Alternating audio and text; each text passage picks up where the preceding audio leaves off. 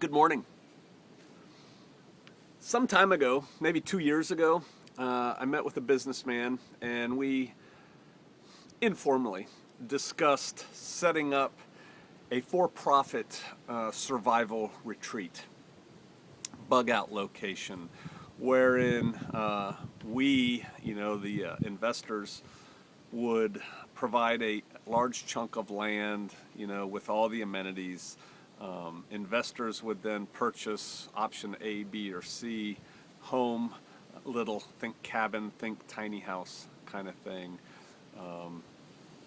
Training, rules, who gets in, who gets out, how does that work, what's it cost to get in, and then, activities during the year, things like that.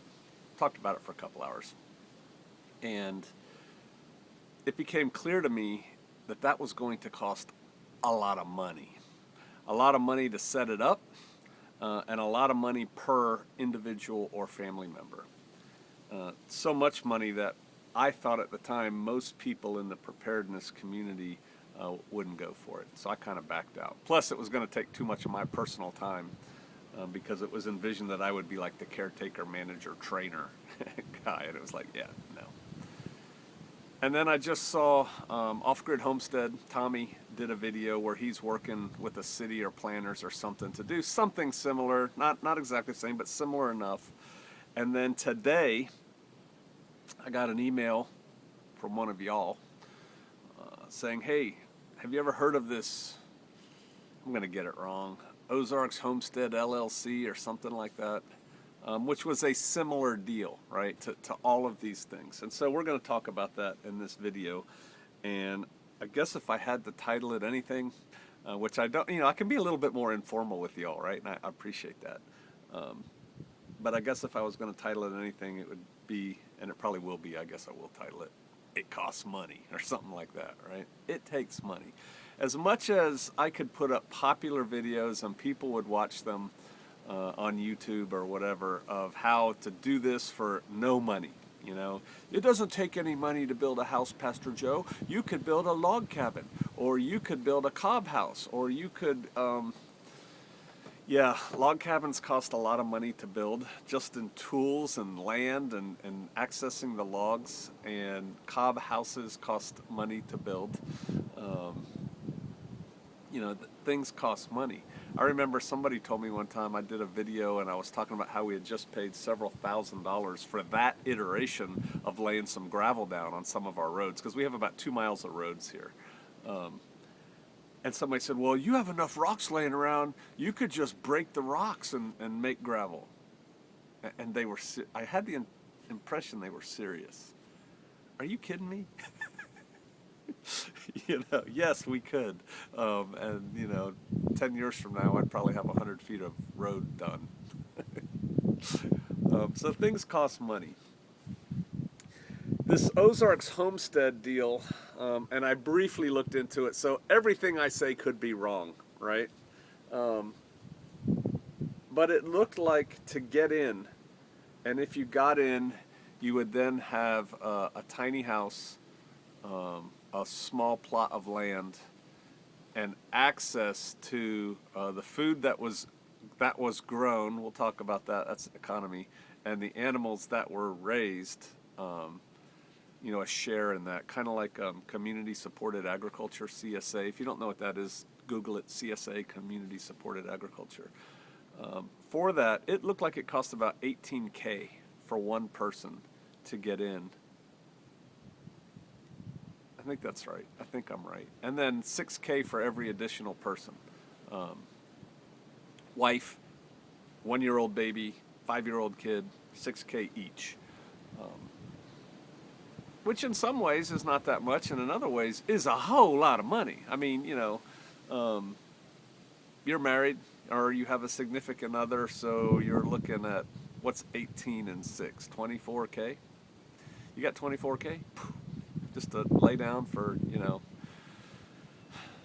that. So on the one hand, you can go, wow, that's a lot of money. But then on the other hand, you look at it for what the person's got to put into it. The person who's developing this whether it was me when I was looking at it, or it's Tommy working on the thing he's working on, and I'm not sure who's funding that, but it doesn't matter. Or it's this thing, this Ozarks Homestead LLC.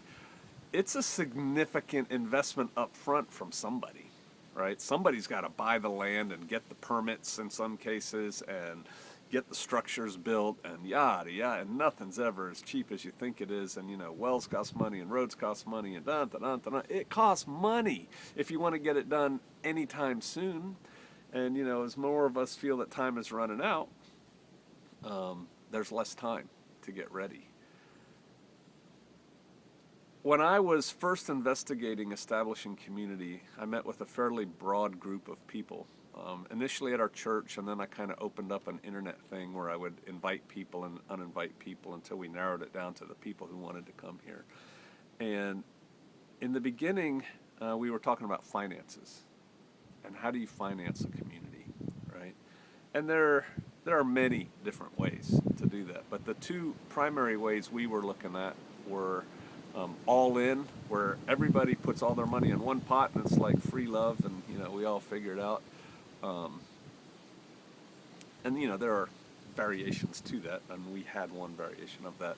And then the other one was y'all just come and buy a chunk of the property or rent it or whatever, but pay for the land you're on, and then you're kind of on your own financially.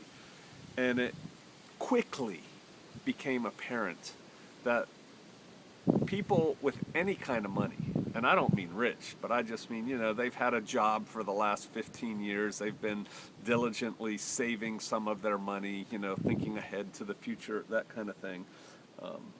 Not rich by any means, although we had some rich people also. Rich is a very relative term. The people with money, they weren't into this all-in thing, right? The people with nothing, oh, they were all into the all-in.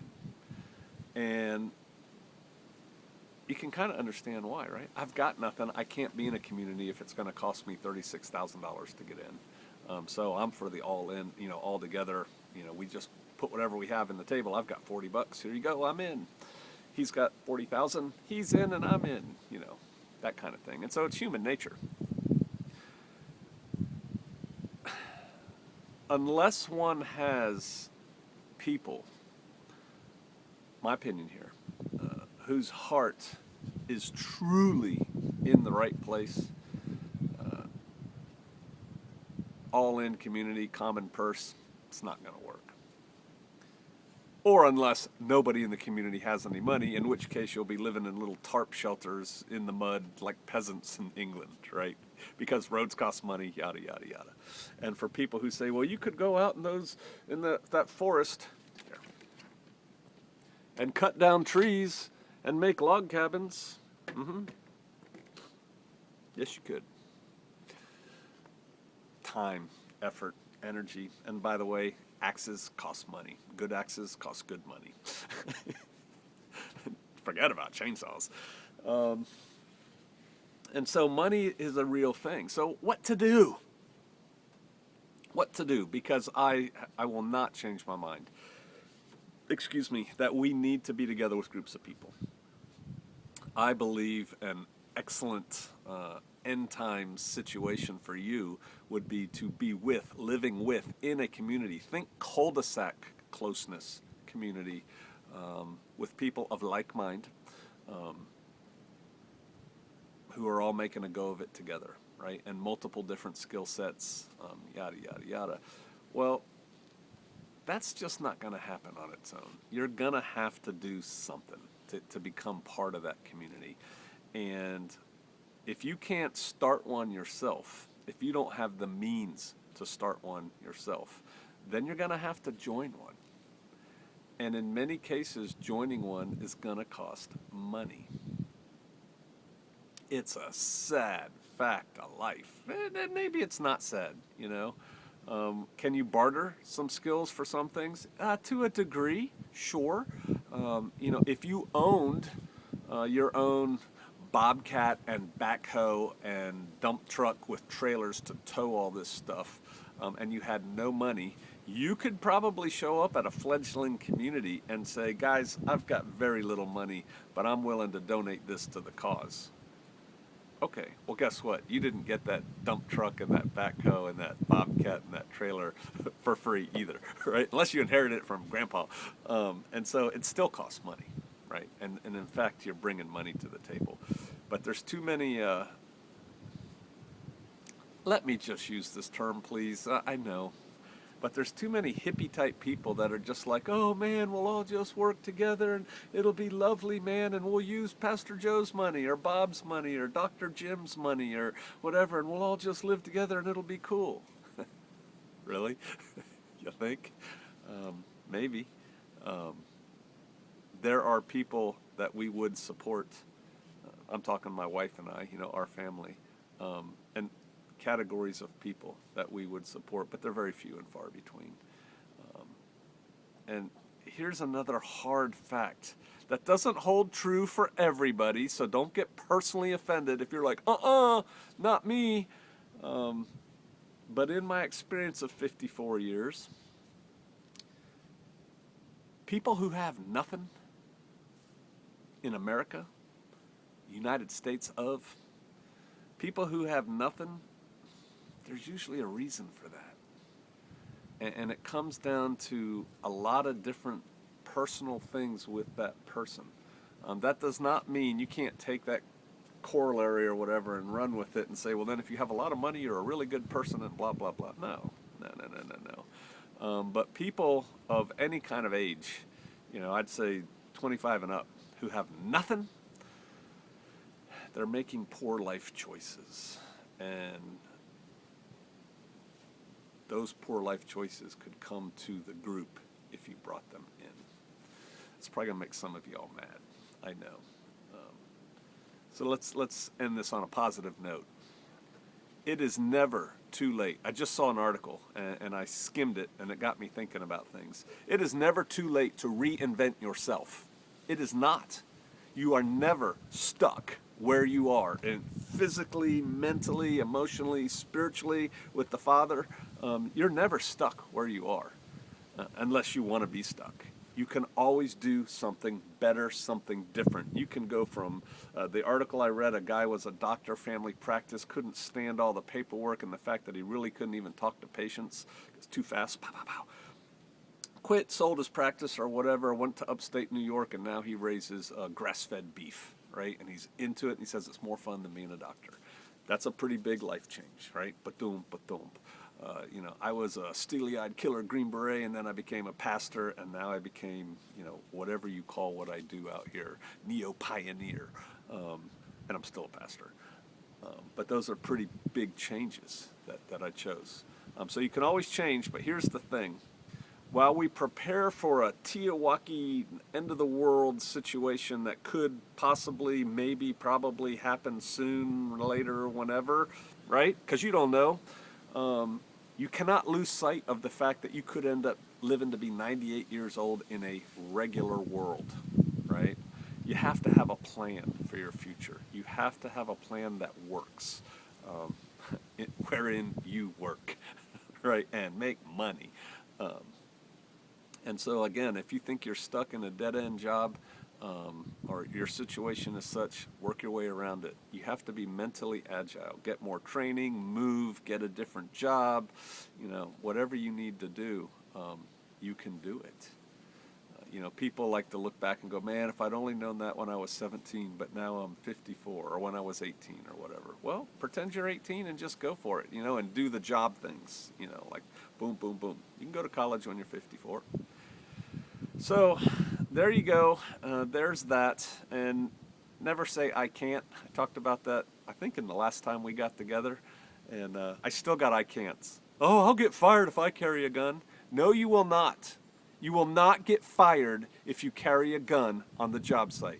You will probably get fired if you get caught carrying a gun on the job site. Get that word can't out of your head. Think positively, take steps, and to do some things, it's going to cost money. So start thinking about a plan for that. All right. I'm interested in your comments. I kind of feed off of them and do the next thing. So I appreciate y'all, and I'll see you out there.